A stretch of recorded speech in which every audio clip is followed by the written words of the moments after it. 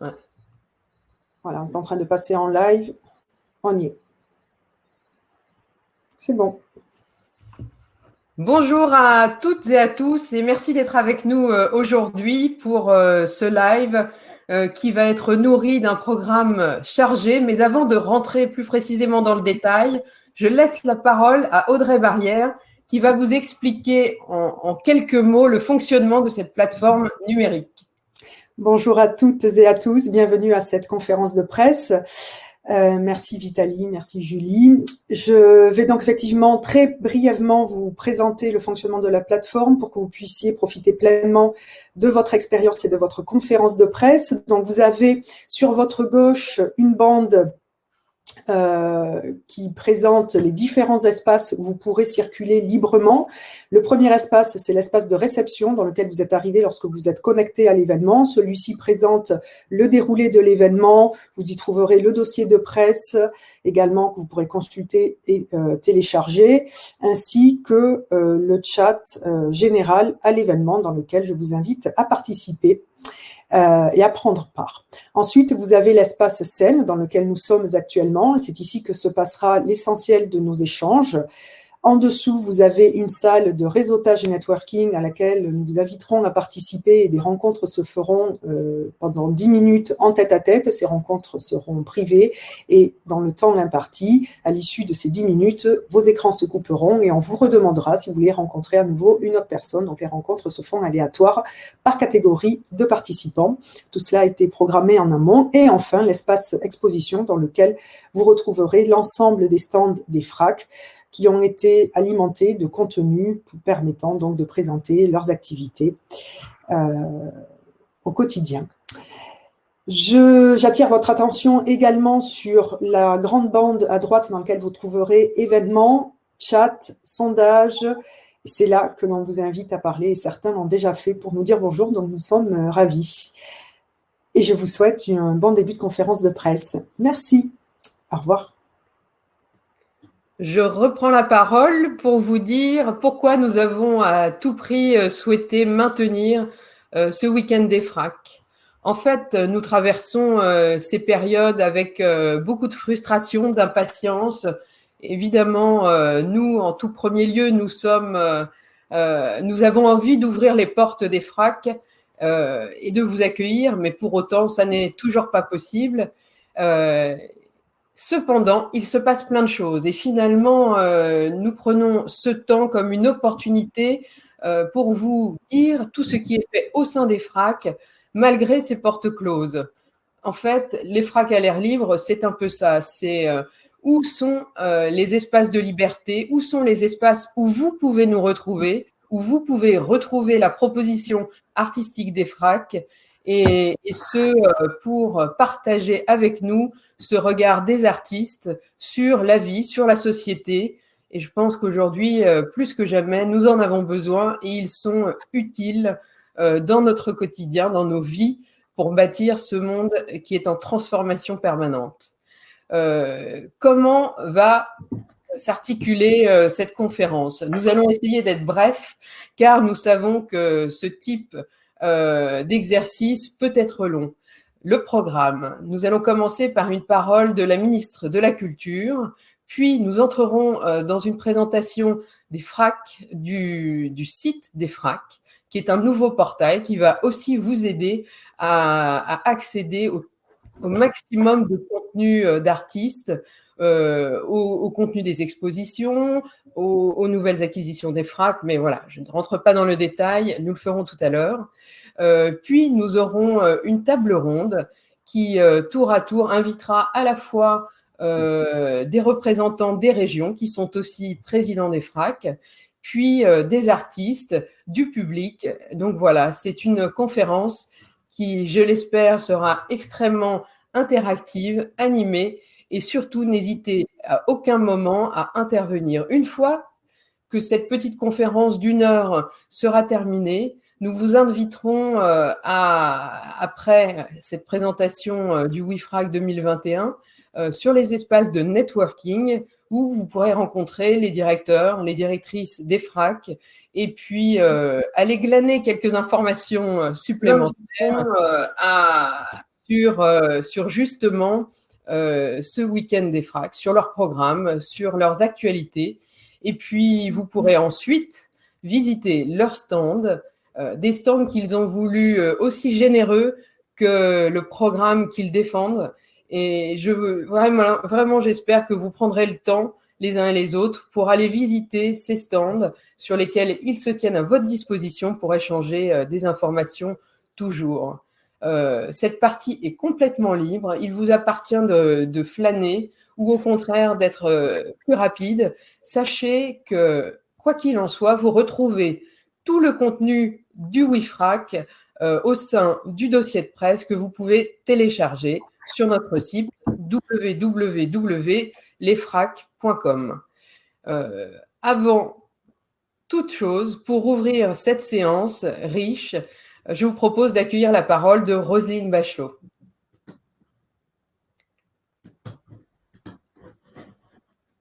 Mesdames, Messieurs, le WIFRAC est une magnifique opération qui permet de faire découvrir à la fois vos métiers et les œuvres qui constituent les collections des fonds régionaux d'art contemporain.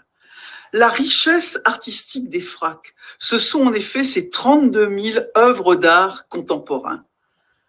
Lors de ce week-end des 17 et 18 avril, ce sera l'occasion dans les 23 fonds régionaux d'art contemporain d'exposer au public et en partie en plein air des œuvres placées habituellement en réserve, mises en valeur par des performances créées pour l'occasion et surtout par la passion de vos équipes. Le modèle des FRAC est particulièrement innovant, utile et efficace. Depuis près de 40 ans, le maillage territorial du réseau permet de diffuser des œuvres contemporaines dans tous les territoires, au plus près des publics, grâce à un partenariat efficace entre l'État et les régions. Les FRAC poursuivent plusieurs objectifs. Le premier est le soutien direct à la création et donc aux artistes contemporains. C'est un axe fort de l'action du ministère de la Culture. Si le nombre d'œuvres composant les collections est impressionnant, leur diversité l'est tout autant. Tous les talents y sont représentés. Au-delà de cet objectif central, l'aménagement culturel des territoires est assuré par la vitalité des collections et des opérations hors les murs. Ces nombreuses opérations, au cœur de la mission des FRAC, permettent de développer un lien de proximité avec le public. Enfin, la reconnaissance du succès des FRAC n'est pas seulement nationale. Plusieurs œuvres circulent chaque année dans le monde entier et participent ainsi au rayonnement international de l'excellence française. Je tiens à rappeler une caractéristique essentielle de ces collections. Elles sont publiques. Cela implique plusieurs choses. D'une part, elles sont accessibles à tous et doivent être visibles, disponibles pour le public le plus large. C'est le sens des FRAC à l'air libre que vous proposez. Je tiens ici à saluer la belle mobilisation de toutes les équipes qui permet à ces journées de se tenir. Au cours de cet événement, 50% des visiteurs rencontrent les œuvres des FRAC pour la première fois. C'est donc déterminant. L'autre conséquence du caractère public de ces collections, c'est que ces œuvres, ce sont les vôtres, les nôtres. Une partie de toutes ces œuvres nous appartient. Ce week-end est l'occasion de prendre conscience de cette chance incroyable que nous avons. Allons à leur rencontre. Elles sont à portée de regard. Nous y serons aidés par la nouvelle plateforme numérique, lesfrac.com. L'intégralité des collections sera accessible et les équipes des FRAC auront la mission de guider le public dans ce dédale formidable. La plateforme permettra également de suivre la vie de ces œuvres, leur circulation dans les régions, au plus près de leur actualité. C'est donc un lien nouveau avec le public que les FRAC proposent, numérique, complémentaire au lien physique qui est au cœur de la mission des FRAC. Je tiens à remercier ici l'ensemble des 23 personnalités qui ont accepté de participer au rayonnement de cet événement et qui se sont démarqués par leur écriture, leur verve, leurs travaux de recherche, leur art, en un mot, par leur activité et leur talent. La prochaine édition du WIFRAC sera l'occasion de marquer les 40 ans de ce réseau singulier.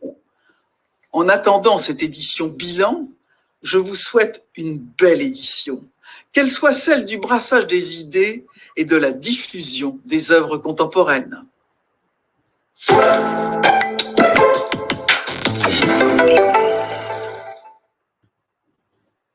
Voilà, je remercie Madame la ministre de la Culture pour cette intervention et pour le soutien que le ministère nous apporte tous les jours dans notre tâche, que ce soit au niveau du réseau ou au niveau des FRAC. Je voulais aussi remercier chaleureusement les régions de France qui sont nos grands partenaires, les équipes des FRAC qui tous œuvrent avec cœur et passion à rendre vivante cette belle ambition.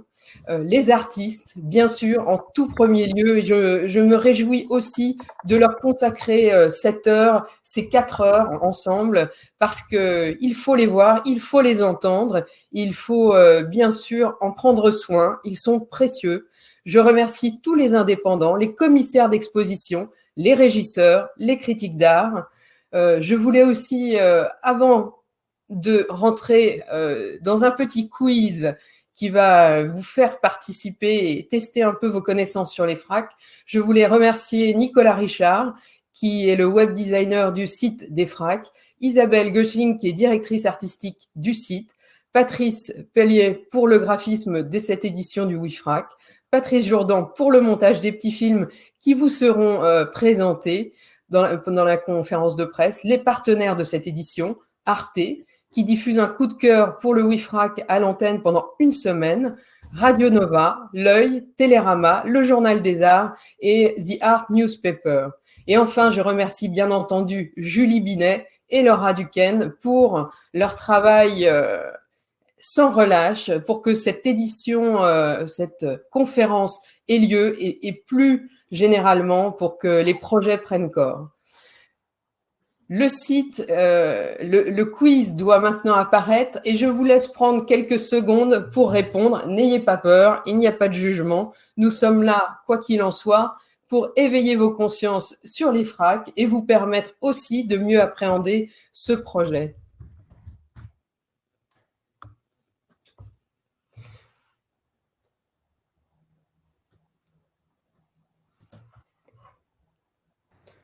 Qu'est-ce qu'on fait là ? J'espère que, une fois ces questions remplies, je voulais inviter avec nous Monsieur Pascal Mangin et Madame Florence Berthoud. Pascal est président du FRAC Alsace. Florence Berthoud est présidente du FRAC Île-de-France. Ils ont tous les deux des fonctions à un niveau politique et pour moi, il semblait important aussi de recueillir leurs témoignages sur la mission des FRAC et quelque part la manière dont la société peut s'emparer aussi de ce trésor. Je vais donner la parole à Florence qui va se présenter et va vous expliquer en quoi, pour elle, ce projet est d'une importance capitale. Florence, bonjour et merci beaucoup d'être avec nous. Merci, chère Vitaly, et merci pour tout ce que tu nous apportes, c'est-à-dire beaucoup d'entrain aussi, et beaucoup, c'est important, de liens entre nous. Donc, je salue Pascal Mangin, cher président, chers collègues, et puis toutes les équipes du FRAC. Pour me présenter en quelques minutes, moi, je suis une élue locale, je suis maire du 5e arrondissement. Alors, pour ceux et celles qui connaissent pas Paris, le 5e arrondissement, c'est le Panthéon, c'est la Sorbonne, ça va du jardin du Luxembourg au jardin des Plantes. Voilà, nous sommes en bord de Seine et c'est un petit peu notre ADN. Notre ADN, c'est l'écrit, c'est la Sorbonne, c'est les universités. Et puis en 2 mots, dans mon parcours, j'ai aussi été directrice générale du parc et de la Grande Halle de la Villette. Si je dis ça, c'est parce que je me retrouve totalement dans cette mission formidable de présider un FRAC aux côtés évidemment du directeur Xavier Franceschi et puis de toute l'équipe qui est très mobilisée. Et il y a un mot que je voudrais retenir dans ce qu'a dit la ministre, que j'aime beaucoup, c'est cette idée que les collections, finalement l'art, ça appartient à tout le monde. C'est pas du tout incompatible d'ailleurs avec une exigence d'excellence. J'imagine qu'on y reviendra ce matin, mais je crois que c'est très important. Cette idée que l'art, il appartient à tout le monde. Et elle a dit un mot qui m'a beaucoup plu, une expression, c'est les collections doivent être à portée de regard. Donc ça se passe pas que dans les musées. Tout le monde, évidemment, c'est important d'avoir des musées, mais les FRAC, ils ont ce rôle essentiel qui repose sur deux pieds. C'est évidemment aider les artistes, aider à les faire découvrir, aider à les faire émerger. Et puis il y en a qui n'émergeront pas, mais c'est la part de risque et c'est bien, il faut qu'on assume cette part de risque. Et puis la deuxième chose, c'est vraiment d'aller hors les murs, et même quand on est dans nos murs, nous on a la particularité au FRAC Île-de-France d'avoir 3 lieux de programmation, enfin on en a beaucoup plus d'ailleurs, mais on a surtout le plateau dans le 19e arrondissement, en partenariat avec une communauté d'agglomération qui est en Seine-et-Marne, Marne et Glondoire, nous exposons dans le château de Rantilly. Et puis, il y a ce magnifique projet qui va émerger dans quelques semaines. Les équipes sont en train de s'installer, qui est la collection, qui est dans le 93, dans donc la Seine-Saint-Denis, à Romainville. Et ce qu'a voulu la présidente de région, qui cofinance avec l'État ce magnifique projet, bien, c'est que on soit vraiment là au cœur de la ville, dans un des départements qui est un des départements, c'est comme ça, les plus pauvres de France, et qu'on puisse bâtir des programmes. Notre directeur y reviendra, des programmes, tu vois, pour être avec notre monde environnant. On a notamment un formidable programme qui va tourner autour du Children Power.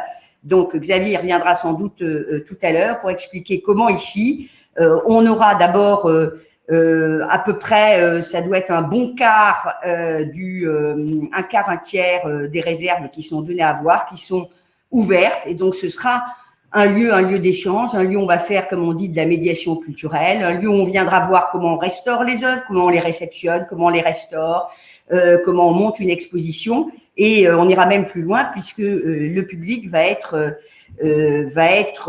participer aussi au programme d'exposition. Donc voilà ce qui me paraît être très important dans nos missions, c'est ce côté médiation, ce côté donner à voir et participer avec.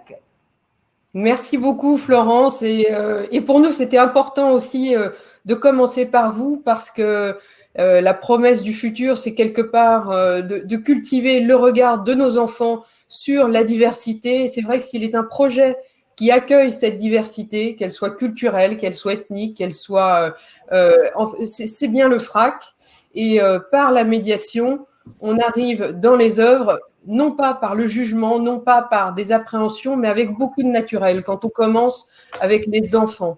Et pour nous, ça a une importance exceptionnelle. Beaucoup de FRAC travaillent avec les écoles. Vous avez créé un concept qui est formidable, qui en vient…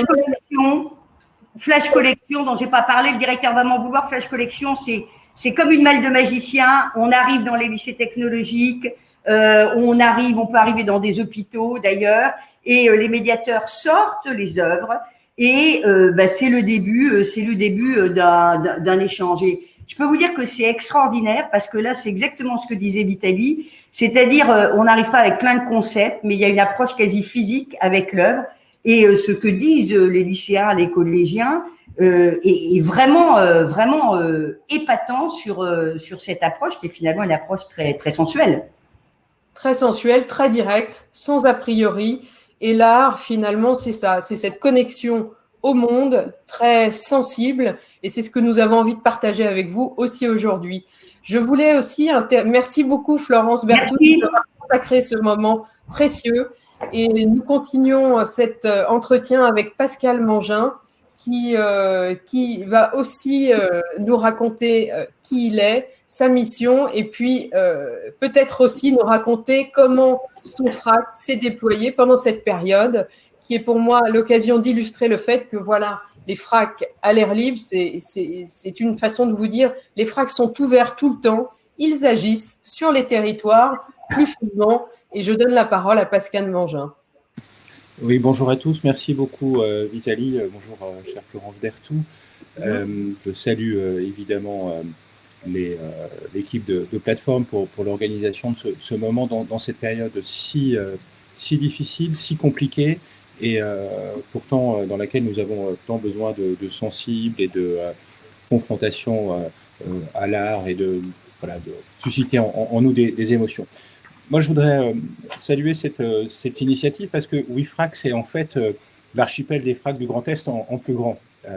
Chacun le sait, le Grand Est, enfin, il y a d'autres régions qui ont fusionné, qui ont constitué un nouveau territoire. Et donc, moi, je suis en charge de la politique culturelle sur l'ensemble de ce territoire. Et les choix auxquels nous étions convoqués étaient multiples. Et nous avons choisi, évidemment, avec le président Rotner, de garder chacun des 3 FRAC dans sa diversité, dans son territoire, mais de les relier dans une forme, dans un lien qu'on a appelé l'archipel. Et en fait, j'ai le sentiment, et Vitaly étant la présidente aussi du FRAC Champagne-Ardenne, que ce réseau plateforme, ce WeFRAC, c'est un peu un archipel en très très grand à l'échelle nationale, et montre bien ce que sont les FRAC. C'est à la fois une collection, un regard sur les artistes à un moment, un lien tout à fait particulier avec le territoire, avec les habitants du territoire dans leur diversité, avec les institutions du territoire dans leur diversité,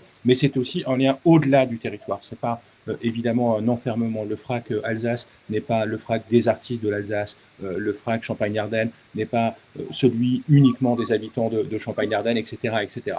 Et je crois que c'est évidemment quelque chose d'absolument nécessaire. Les FRAC, c'est aussi, je voudrais dire, c'est aussi le signe que voilà, l'État et les régions peuvent s'entendre parfaitement, partager une politique, avoir un engagement commun, partenarial, sincère, dans un champ particulier, ici celui de l'art contemporain, dont on sait que c'est pas le plus facile.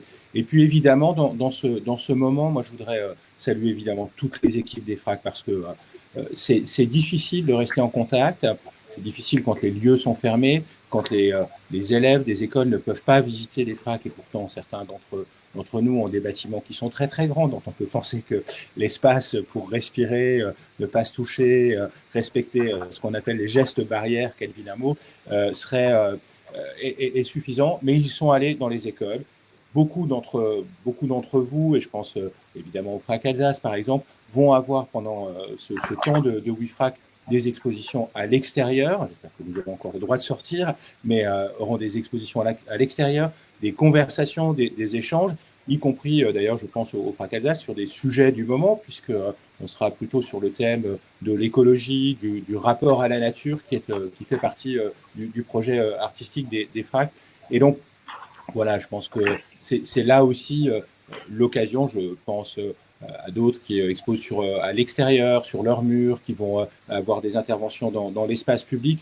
Enfin, bref, je ne pense pas que le temps soit à la réinvention, hein, mais je pense que le temps, voilà, ces nouveaux mots de cette période, de l'agilité, le temps est peut-être à trouver des moyens pour aller au contact. Et nous savons tous, et nous avons tous vu dès lors qu'il y a eu encore une fois une petite éclaircie, nous avons tous vu que dès lors que les artistes allaient au contact, le public était là. Et moi, je voudrais vraiment de tout cœur dire un grand merci aux équipes qui ont travaillé d'arrache-pied dans cette période où chaque pas recèle une incertitude de plus en plus grande. Donc bravo, et puis surtout profitez de ce week-end qui sera à nul autre pareil. Merci beaucoup, Vitaly. Merci beaucoup, Pascal. Et voilà, vous avez tout dit. Et ce qui est bien, c'est que plus vous en dites, moins j'en dirai. Donc finalement, vous mettez le doigt sur quelque chose d'extrêmement important. C'est sachez que derrière ces fracs, il y a des équipes qui sont mobilisées, qui sont là pour apporter les œuvres, pour les faire partager. Et effectivement, nous les remercions. Il faut beaucoup de ferveur dans ces temps où finalement, on rencontre plus de barrières que d'ouverture. Mais chaque pas où on rencontre le public est une vraie récompense. Pour justement vous permettre de voyager dans les collections des FRAC, pour vous permettre de voyager dans les projets de chacun des FRAC, il nous paraissait plus que jamais important de créer un outil. Finalement, nous ne l'avions pas. Sur cette ère commence à devenir digitale. On oppose bien sûr pas du tout le digital et le physique. Le physique a une place qui restera une place essentielle parce qu'il nous faut du charnel, il nous faut de l'humain, il faut pouvoir partager bien au-delà des écrans. Mais en tout cas, nous avons créé pour vous un vecteur digital qui vous permettra d'avoir un avant-goût de toutes les collections, un avant-goût du travail qui est fait et bien sûr qui vous invite à venir nous voir dans les territoires. Je pense que chacune des équipes des FRAC sera très heureuse de vous accueillir et de vous faire partager avec générosité tous ces projets passionnants. Pour vous présenter ce site lesfrac.com, nous avons réalisé un petit film.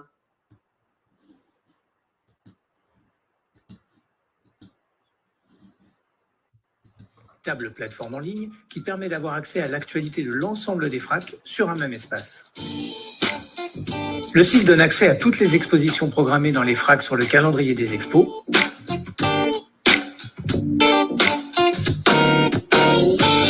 et une fiche présente là où les expositions en cours. La structure du nouveau site de notre réseau permet de réaffirmer les missions fondamentales des FRAC. Acquérir des œuvres récentes pour soutenir la création émergente et constituer des collections, faire circuler ces œuvres au plus près du public sur l'ensemble des territoires et accompagner la rencontre du public avec les œuvres par la médiation. Dans la partie collection du menu, des textes et ressources postés par les FRAC permettent de documenter les collections. Les œuvres achetées par les FRAC au cours des 2 années précédentes sont présentées dans cette rubrique qui permet de connaître les tendances d'achat. Les artistes sont présentés par liste alphabétique, mais peuvent être classés en fonction du FRAC ou de l'année d'achat des œuvres. L'ensemble des œuvres des collections est accessible sur le site grâce au logiciel Navigart, développé et administré par Vidéo Muséum et intégré au nouveau site. Enfin, la partie regard sur les collections permet de mettre en avant textes, podcasts, vidéos et dispositifs développés par les FRAC pour présenter leurs collections.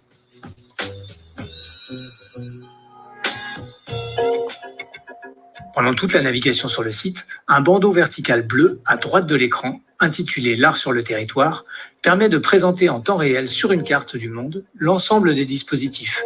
Expositions, résidences, dépôts et prêts des œuvres, développés par les FRAC pour faire circuler les œuvres à la rencontre de tous les publics.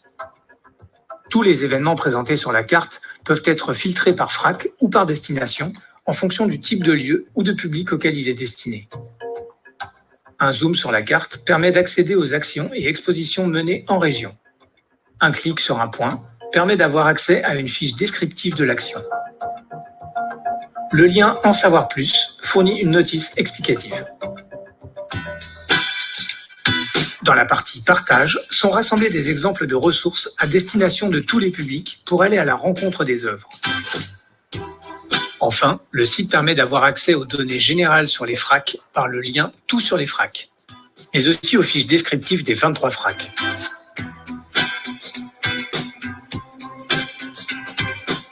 Les FRAC en images permettent un voyage dans les FRAC en images.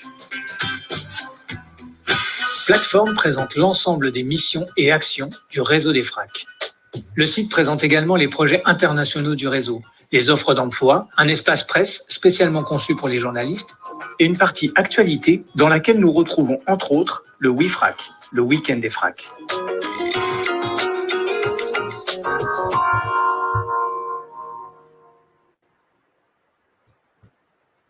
Voilà, vous savez tout. Ce site qui est vraiment pour vous, pour le public.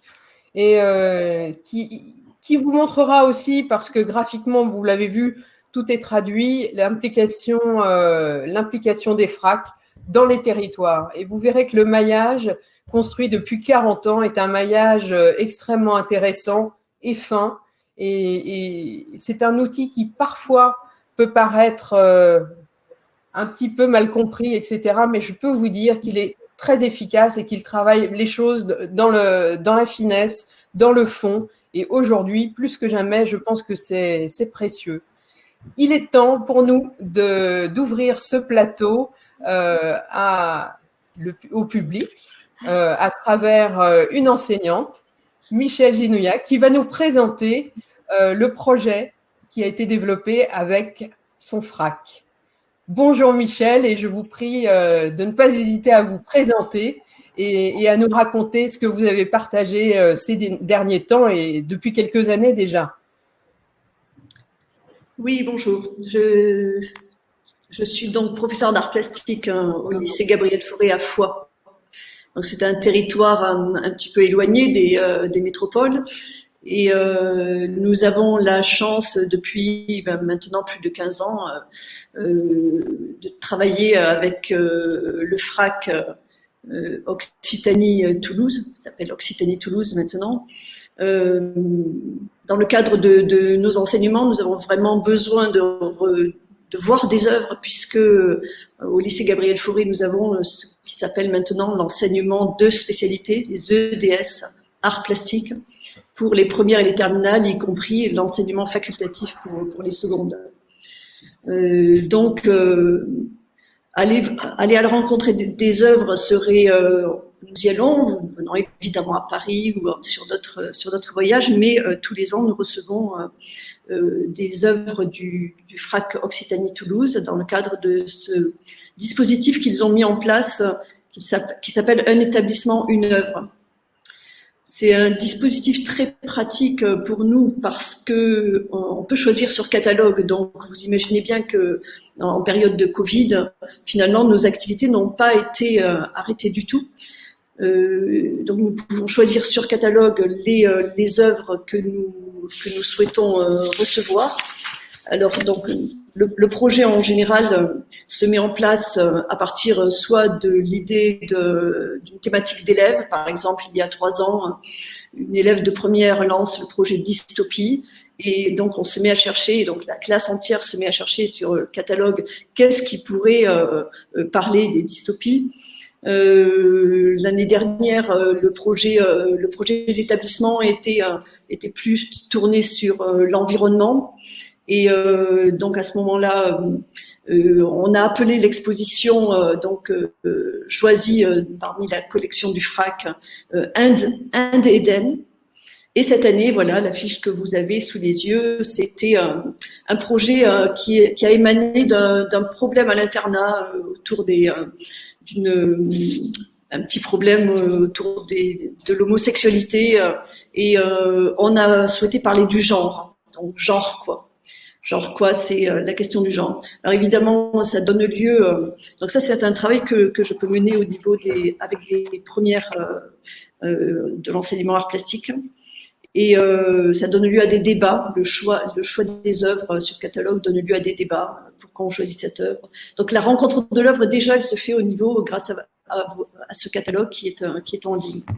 Et ensuite, évidemment, la réception des œuvres, qui est toujours un moment magique quand on peut assister, et c'est le cas de temps en temps, à la mise en place avec les régisseurs du FRAC Toulouse. Et donc, des fois, décider de l'emplacement des œuvres, ça c'est plutôt un travail que l'on va mener en terminale, puisque dans les programmes, il y a la manière dont on peut exposer l'œuvre, la présenter. Il faut arriver à s'interroger jusqu'au cartel. Où est-ce qu'on met le cartel? À droite, à gauche, à quel niveau? Près de l'œuvre ou loin? Voilà, ça c'est concrètement des situations d'enseignement qui vont être possibles. À quoi sert le cartel par rapport à l'œuvre? C'est concrètement des situations d'enseignement qui sont possibles lorsqu'on reçoit des œuvres à domicile. Alors, je ne sais pas si vous voyez, nous sommes avec Fiona Bigou, qui est une élève de terminale, dans la galerie de l'établissement. Et vous avez derrière vous ce magnifique Foguet qui reprend Gilbert and George. Donc c'est un petit espace qui est dédié, qui est très sécurisé. Alors là, on pourrait se dire qu'il est un peu trop sécurisé. Ce que l'on va avoir à faire dans les temps prochains, c'est l'ouvrir un petit peu plus par une vitrine.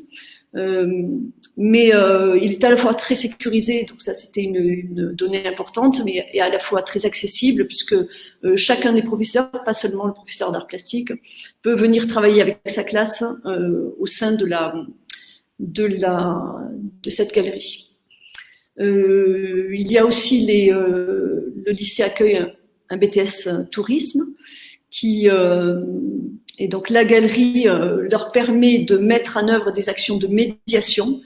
Donc en fait en BTS, ils accueillent des étudiants qui n'ont pas forcément de lien avec l'art et qui le rencontrent des fois pour la première fois et donc en travaillant avec moi et avec leurs professeurs, ils sont mis en situation de faire la médiation de l'exposition, et lors des vernissages. Donc il y a toujours un vernissage avec un public extérieur et plus un public élève.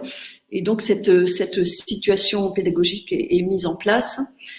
Et il y a aussi un autre type de public, ce sont les futurs professeurs des écoles que j'accueille, donc l'INSPE, donc les étudiants de l'INSPE que j'accueille ici dans ces lieux chaque année, et avec lesquels on expérimente la visite de musée, où en fait on travaille comment pourrait être une visite de musée, comment est-ce qu'on regarde les œuvres, et là aussi bien souvent c'est la première rencontre avec une œuvre originale. Donc c'est vraiment important pour nous qui sommes éloignés de ces centres de recevoir ces collections.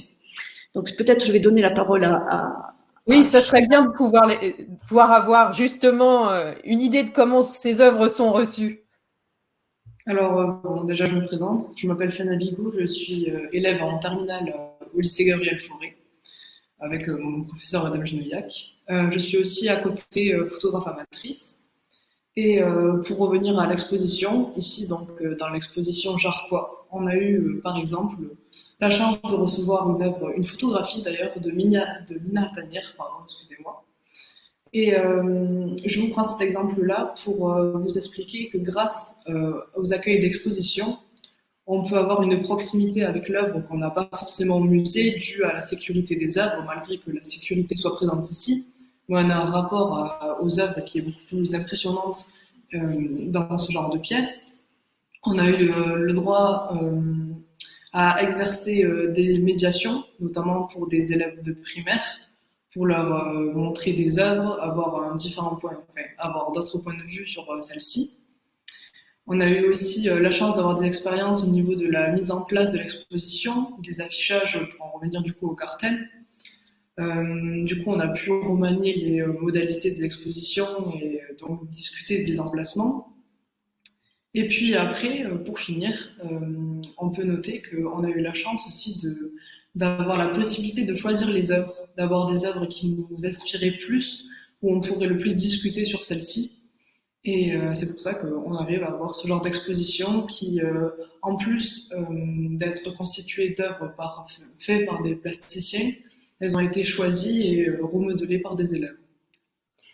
Et en quoi ça change votre vie finalement, ce lien avec les œuvres et cette rencontre entre vous, cette classe, finalement le fait d'entrer dans le sens des choses, de vivre aussi avec ces œuvres pendant un vrai moment, parce que c'est tout un projet et un cheminement qui part d'un thème que vous avez vous-même suscité. Quel apport c'est pour vous?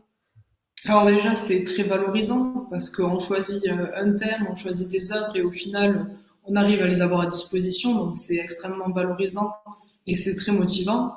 Ensuite, sachant que laquelle vous aviez choisi, par exemple? J'avais choisi une œuvre qui est en face de moi qui s'appelle Tête Noire de Axel Castel. C'était une œuvre qui m'avait beaucoup plu et finalement on la retrouve physiquement, ce qui fait que c'est assez impressionnant.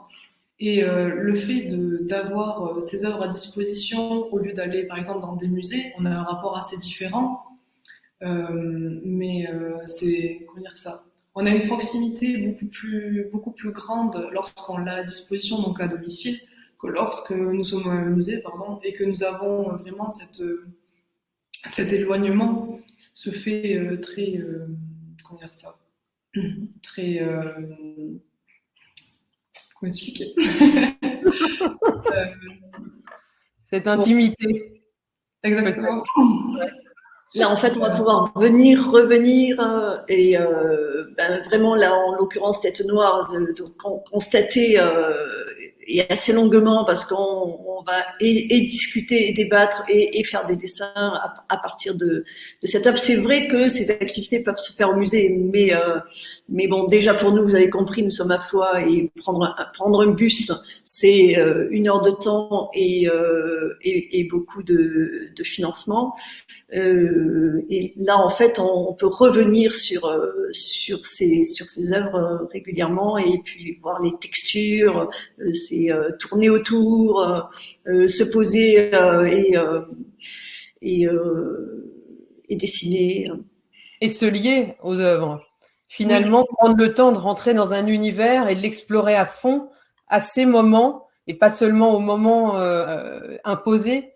Et c'est vrai que c'est une chance. Tout à fait. Vu que l'exposition a duré 3 mois, pendant ces 3 mois-là, on pouvait y revenir avec une accessibilité très facile, et ça qui est très valorisant. En fait, je donne la clé aux élèves de première étape. Il n'y a pas de souci. Et ben voilà, encore une fois, il y a de la liberté. Je vous remercie pour votre témoignage, et je remercie aussi le FRAC Occitanie de Toulouse, Occitanie-Toulouse, je dis bien les deux, pour ce lien qu'il nous a offert avec vous. Et je vais inviter maintenant Émilie Perrotto, qui est artiste, qui a réalisé une exposition monographique volontaire en cours au FRAC Poitou-Charentes, et va organiser une exposition d'un tout autre genre à l'occasion du WIFRAC.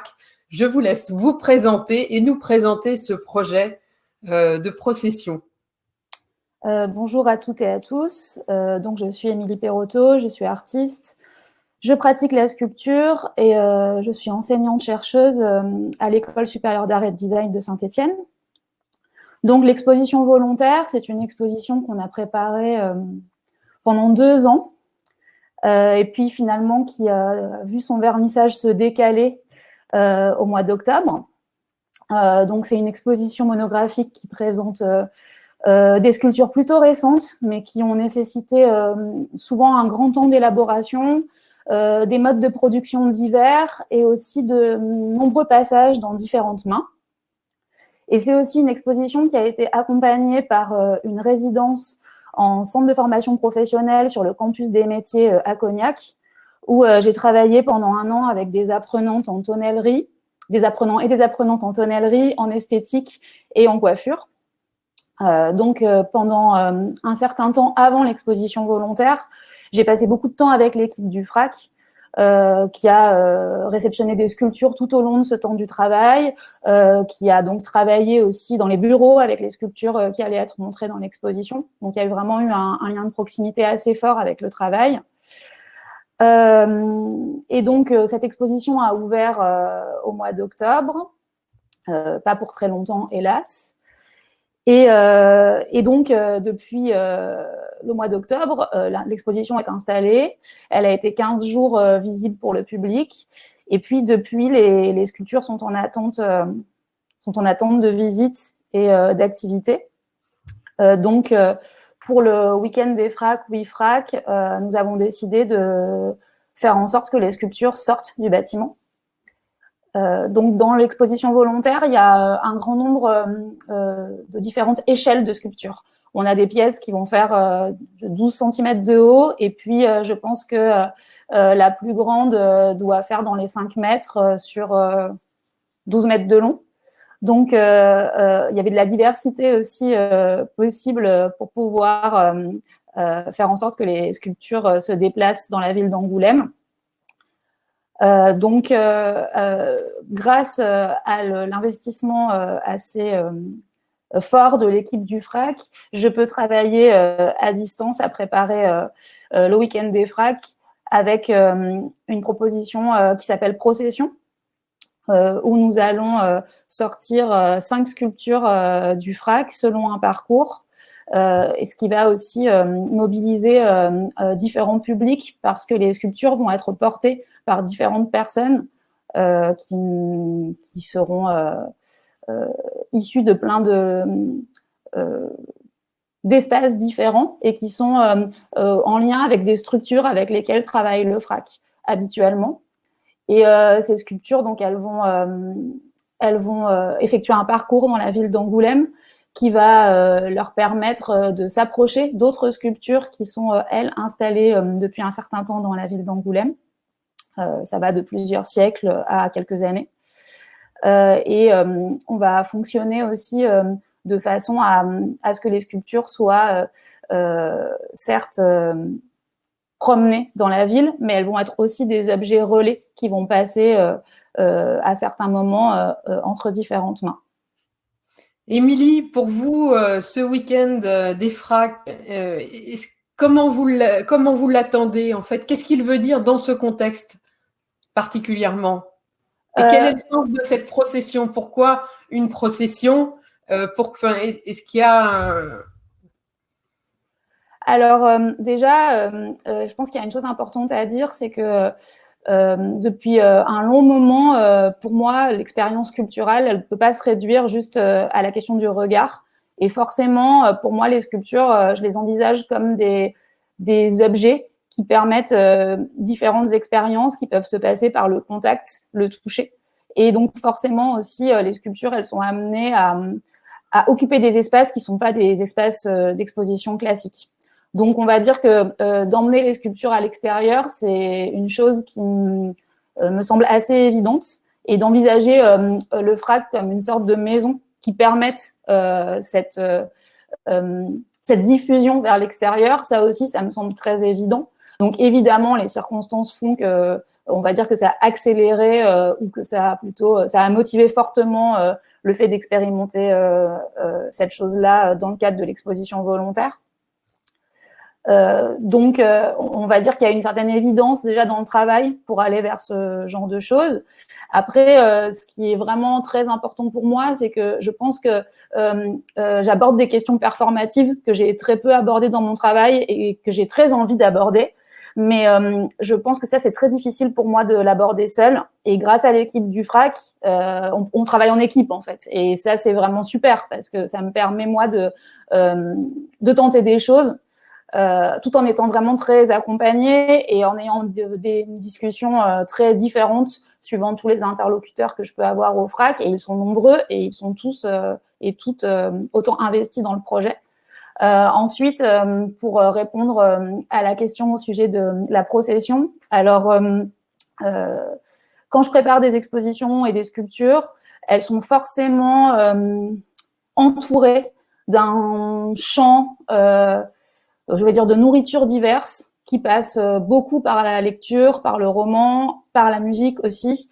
Et c'est vrai que l'exposition volontaire, elle a été beaucoup accompagnée de textes et de musique d'Alain Bachung, et le titre volontaire vient en partie d'une chanson d'Alain Bachung, et donc c'est évident qu'en pensant déplacement de sculpture en groupe, la question de la procession est arrivée, et procession, c'est aussi un titre d'Alain Bachung qui voisine aussi avec volontaire, donc ça me semblait très cohérent. Après, aussi, au départ, c'était très intuitif, c'était réfléchir à quelle forme ces sculptures allaient prendre dans l'espace, comment elles allaient se déplacer, qu'est-ce qu'elles allaient créer aussi comme type d'espace. Et petit à petit, le mot procession a été aussi une évidence à force de décrire ce que je voulais qu'il se passe dans ce moment-là. Ensuite, on a choisi aussi que ça ait lieu un dimanche matin. Donc, pour différentes raisons, mais aussi pour des raisons d'usage des espaces. Donc, encore une fois, ça a appuyé ce terme de procession. Superbe. Et merci beaucoup d'avoir partagé avec nous le sens de cette exposition et de faire un clin d'œil, plus qu'un clin d'œil finalement, de nous inviter dans ce lien que vous avez avec Alain Bachung qui nous manque. Oui. Pour sa poésie. Non, c'est vrai aussi, pour son regard aussi un peu distancié sur le monde et sur la vie. En tout cas, un grand merci, Émilie Perrotto. Un grand merci aussi aux équipes qui, on le sent aussi, ont été avec vous pour construire ce projet. Et c'est vrai que les FRAC, c'est aussi ça. C'est un moment de se dire, voilà, on se met tous dans le même bateau et on va construire quelque chose. Et on le construit aussi avec le public. Donc finalement, je vous remercie infiniment pour ce témoignage.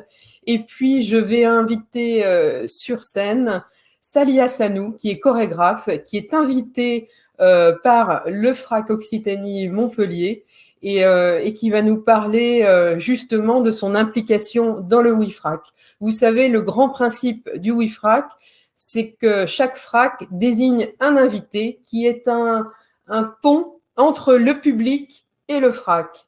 L'idée, c'est qu'on se dit, voilà, les gens qui aiment cet invité, les gens qui sont dans le sillon de cet invité, si cet invité leur dit venez, moi ça m'intéresse le FRAC, on a toujours l'espoir que finalement ils suivent cet invité jusqu'au FRAC. Et pour nous, c'est une chance formidable de rencontrer plus de monde. C'est une chance aussi extraordinaire de confronter le regard de l'invité à la collection. Et donc, en ce sens, je voulais partager avec vous celui de Salia Sanou. Alors, les aléas du direct me font dire que Salia Sanou n'est pas encore arrivée, mais je vais vous dire, ce n'est que partie remise et nous allons prendre les invités suivants qui sont déjà là, c'est-à-dire Monsieur Valls et Monsieur Maire.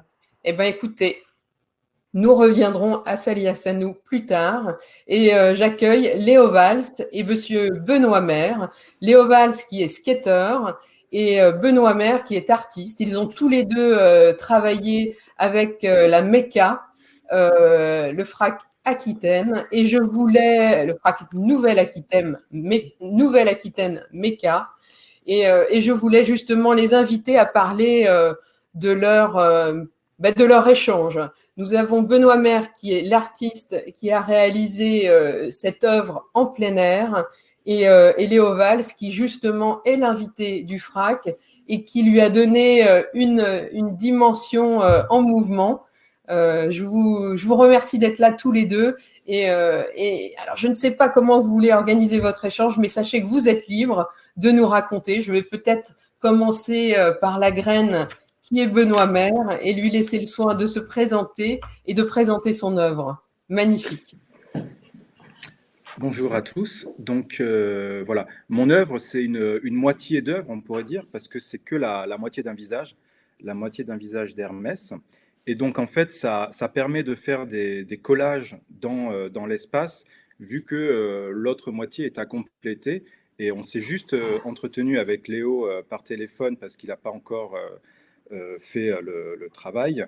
Et il avait parfaitement envisagé cette idée qu'il fallait compléter la proposition. Et je lui ai proposé aussi de peut-être faire quelques images parce que cette œuvre, en fait, comme dans des films d'Alain René, Les sculptures meurent aussi, ou dans d'autres, avec d'autres dans la nouvelle vague, il y a une certaine photogénie qui peut se dégager de cette œuvre, qui est une photogénie qui est assez courante, en fait, avec les sculptures, on va dire, d'origine gréco-romaine. Et donc, voilà, donc on n'a pas encore travaillé, c'est lui de compléter l'œuvre. Et je suis très, très curieux d'aller vers son esthétique parce que le skate, ça m'a passionné à une époque de ma vie. Après, je n'ai pas l'équilibre nécessaire à sa pratique. Mais je suis très curieux d'aller vers son esthétique, de voir comment il va s'intéresser à ça et comment il va travailler aussi avec un photographe pour faire une vidéo. Donc voilà, je peux lui passer la parole maintenant. Et Léo, justement, comment vous avez accueilli ce rendez-vous? Qu'est-ce qui vous a titillé? Qu'est-ce qui vous a incité à rentrer dans la danse? Bonjour à tous, oui, donc je suis Léo Valls, je suis skateur professionnel et j'ai une pratique du skate en fait qui est totalement urbaine. J'ai toujours fait du skate en rapport avec l'architecture et la ville. Et ce qui m'intéresse dans cette proposition, c'est vraiment d'apporter mon regard de skater à la partie manquante de l'œuvre de Benoît. Dans le cadre de ce bâtiment de la Méca, ce qui est intéressant avec l'œuvre de Benoît, c'est que d'où on regarde l'œuvre, on a une différente perspective sur ce bâtiment. Et il faut savoir que le skate est très lié à l'architecture et à l'image. On produit beaucoup d'images et je dis souvent que dans le skate, la star, c'est la ville avant même le skater ou la figure qu'on peut y faire. Donc ça, c'est quelque chose qui m'intéresse de montrer à travers ma pratique. Et voilà, j'aimerais montrer un petit peu l'imaginaire qui découle de l'association de la pratique du skate avec la chambre urbaine de la Méca à travers donc un détail qui est cette œuvre très intéressante de Benoît. Et pour cela, je vais produire un petit film qui intégrera différents formats d'images, de photographies, des photomontages, des photoséquences, des animations. Voilà, un petit peu pour présenter le projet.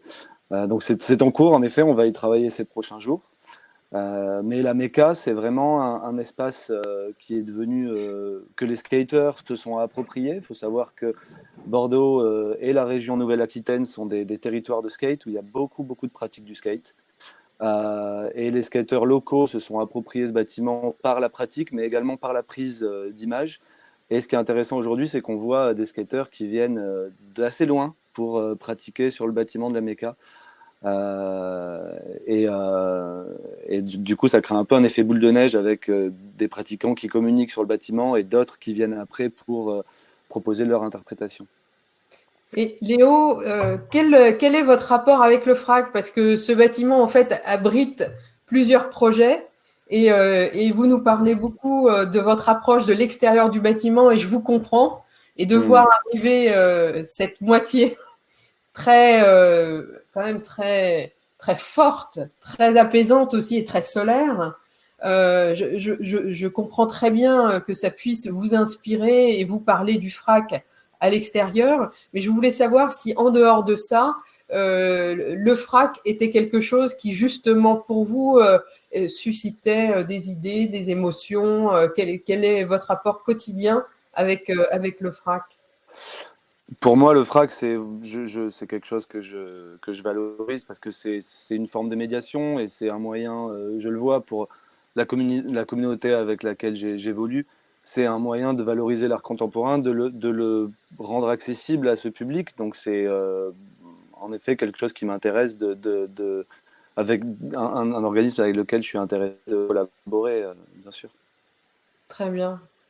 Et Benoît, pour vous, justement, le FRAC, qu'est-ce que c'est en tant qu'artiste? Comment on appréhende cette association? Comment on appréhende le FRAC?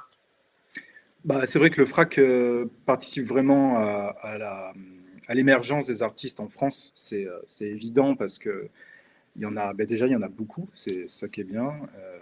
Il y a beaucoup d'achats, il y a beaucoup de possibilités d'exposition. Et donc, c'est sûr que c'est une très bonne initiative. C'est bien qu'elle ait perduré depuis les années 80 et que maintenant qu'il y ait des lieux de démonstration, etc., c'est excellent. La seule chose, dans les questions qu'on m'avait proposées un petit peu, de voir si on pouvait amener autre chose aussi, je me posais la question de l'international après, des FRAC. Il doit y avoir des initiatives, sans doute, de collections de FRAC qui vont dans d'autres Kunstvereine, etc. J'ai jamais tellement vu ça. Et c'est peut-être un truc intéressant au niveau européen ou je ne sais pas. Alors, pour répondre à votre question sur les FRAC à l'international, il y a des projets qui sont développés, bien sûr. L'un va avoir lieu très prochainement avec la fondation PROA en Argentine et c'est l'occasion aussi d'exporter les collections des FRAC et le regard aussi parfois des directeurs et directrices.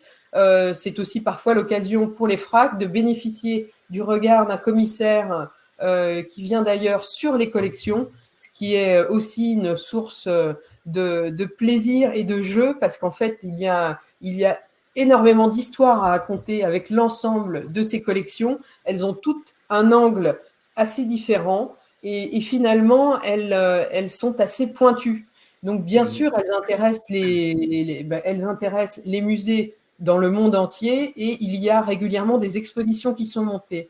C'est vrai que la limite de l'exercice, c'était plutôt la communication. Et c'est aussi dans ce sens qu'il nous paraissait important de créer un site des FRAC où justement on peut relayer ce genre d'initiative et vous donner accès à ces informations. Parce que quand il y a une exposition de ce genre, finalement, on communique beaucoup dans le pays, mais moins finalement au niveau national français. Et les seuls à pouvoir le faire de façon...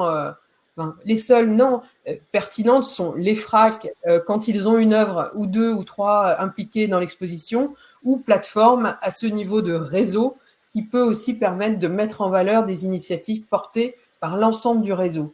Mais cette ouverture à l'international, elle existe et nous la cultivons autant que possible. Alors c'est vrai qu'en temps de Covid, pour le coup, nous avons vu énormément de freins, mais ce qui est naturel.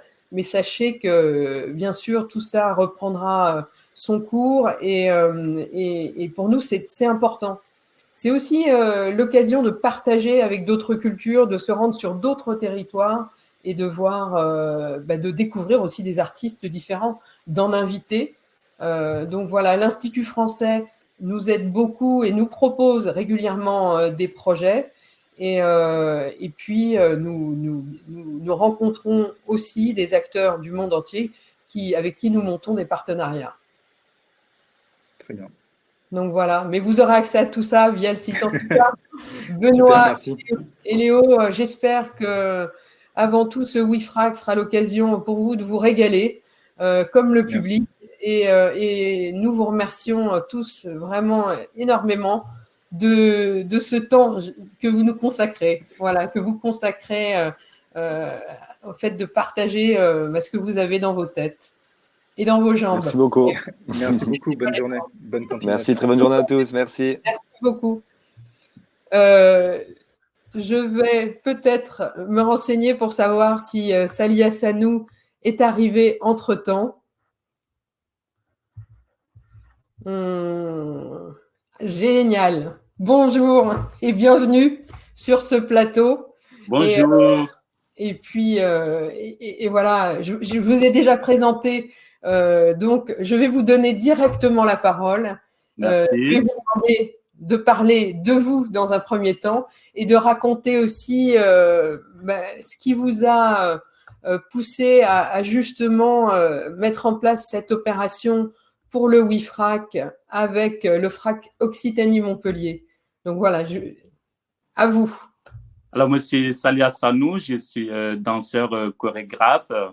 Je dirige la compagnie Mouvement Perpétuel installée en Occitanie, à Montpellier.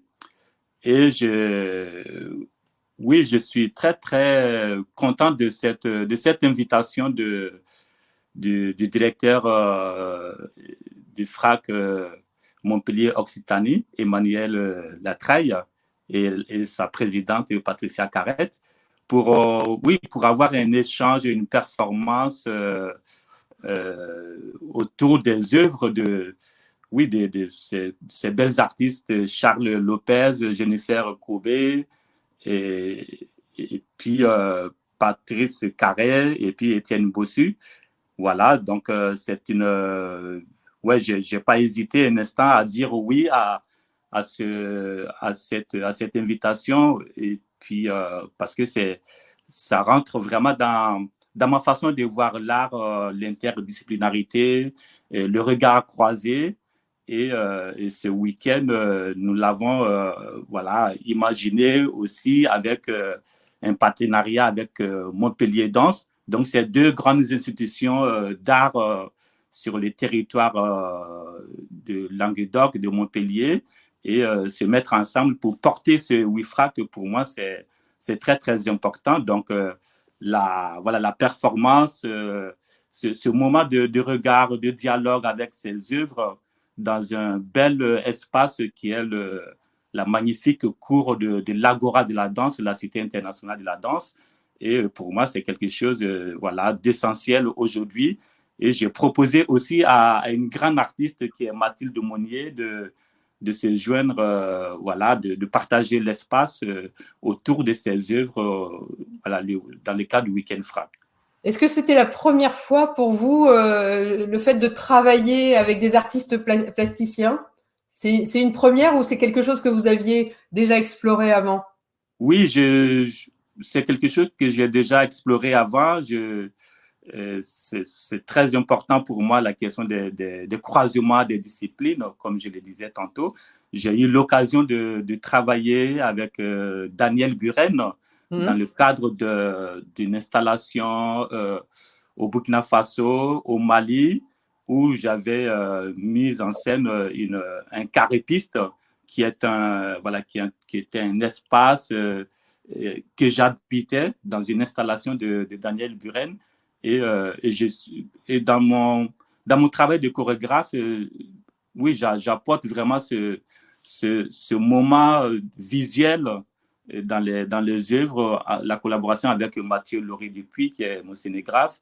Et puis aussi, je me suis beaucoup inspiré de l'œuvre de Boltanski pour ma avant-dernière création du Désir d'Horizon, qui a été un projet initié après des ateliers de danse dans des camps de réfugiés en Afrique. Oui, c'est ce regard croisé d'art est quelque chose qui est essentiel pour moi dans mon travail d'artiste. Et vous avez dansé dans le monde entier, vous avez fait danser aussi. Et qu'est-ce qui vous attache tout particulièrement? Quel est votre ancrage avec cette ville de Montpellier dans laquelle vous habitez? Alors, j'aime bien dire la danse m'a donné un passeport, la danse m'a donné une liberté. Et je suis adopté par la ville de Montpellier, par la France. Et moi, je viens du Burkina Faso et cette belle ville méditerranéenne m'a vraiment accueilli. Et puis aussi, c'est une ville de danse, c'est une ville d'art, Montpellier. Donc, c'est le charme de ces infrastructures m'ont toujours, en tout cas, incité à œuvrer là et à habiter ce territoire avec ma vision du monde. Et qu'est-ce que vous avez préparé pour le WIFRAC? Qu'est-ce que vous avez envie d'offrir au public et de raconter au public? Alors, comme je le disais, ça va être un regard croisé. Je vais dialoguer avec ces œuvres qui vont être installées dans la grande cour de l'Agora de Montpellier Danse et avec Mathilde Monnier, accompagnée d'un percussionniste.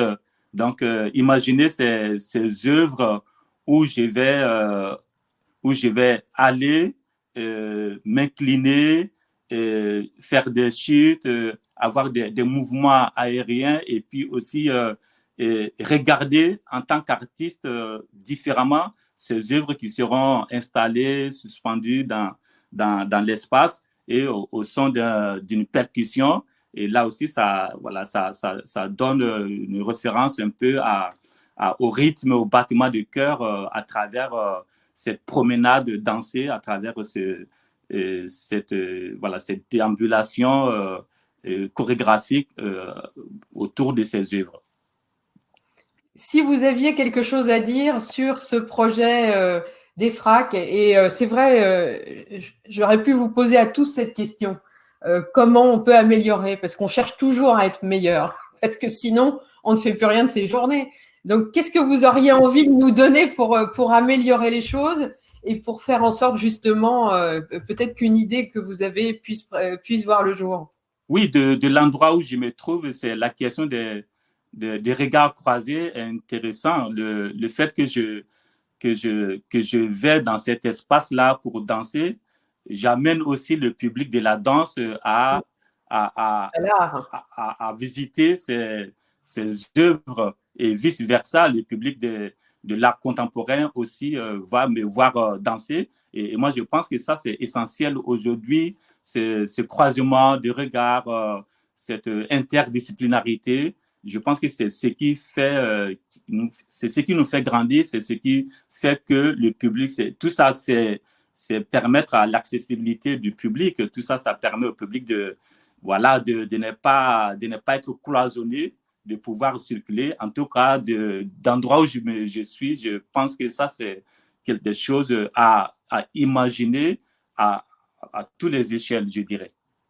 Eh bien, écoutez, nous en prenons bonne note. En tout cas, un immense merci pour votre collaboration et pour le don que vous nous faites en étant présent avec nous aujourd'hui pour parler du WIFRAC, mais et surtout pendant le WIFRAC.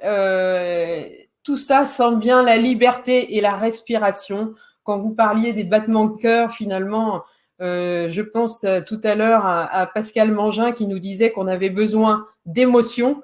Et finalement, le battement de cœur, c'est le signe d'une émotion, c'est le signe de la vie aussi. Donc, ce WIFRAC sera sous ce signe de la vie, de la respiration et du plaisir.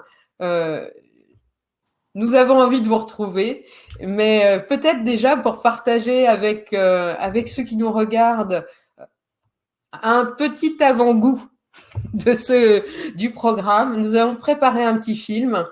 Donc, je remercie chacun de vous, les intervenants, d'avoir accordé du temps.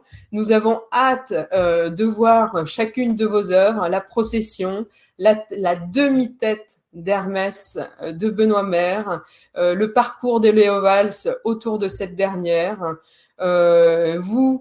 cette danse chorégraphique autour des œuvres d'art.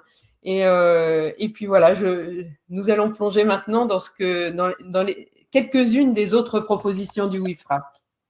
Merci. À très vite. À très vite. Un grand merci. Non, c'est moi.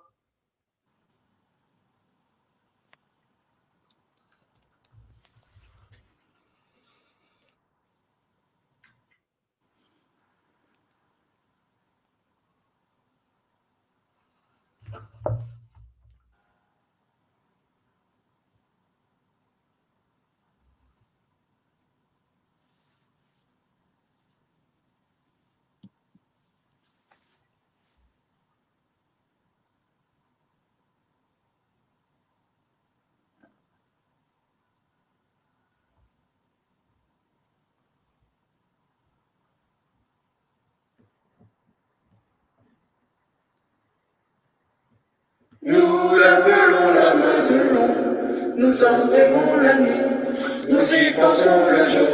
Ce n'est que main de l'ombre, mais pour nous c'est l'amour. Vous voyez de l'art pratiquement partout et tout le temps. Par contre, il faut regarder.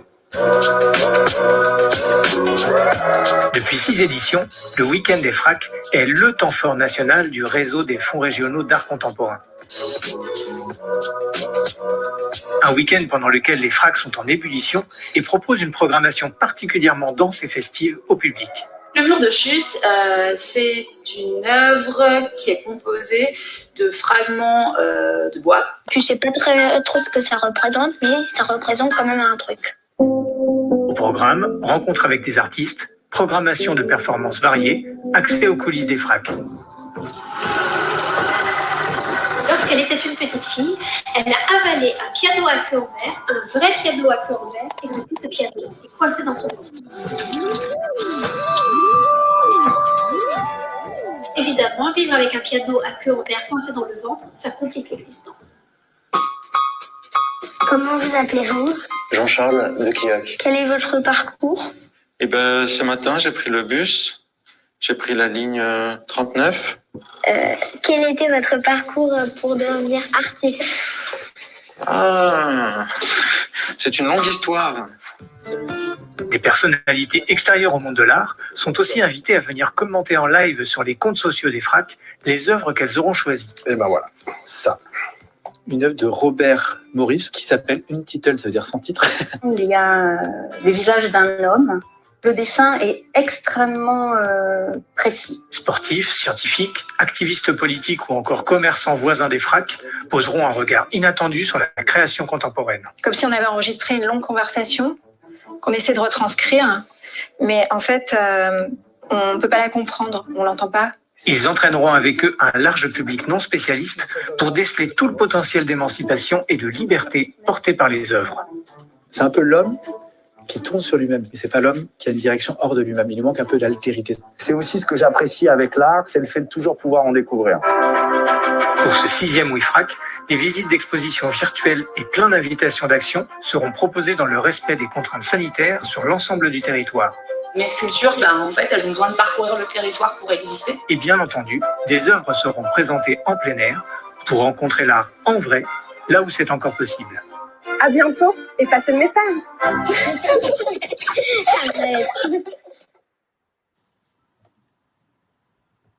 Voilà, merci beaucoup pour ce petit film. Et voilà, je remercie encore infiniment du fond du cœur les directeurs et les directrices. Petit cafouillage. Les directeurs et les directrices de FRAC pour leur implication, toutes leurs équipes, parce que voilà, il a fallu se retourner plusieurs fois avant d'arriver à une proposition qui nous donne vraiment envie d'être partagée avec vous tous.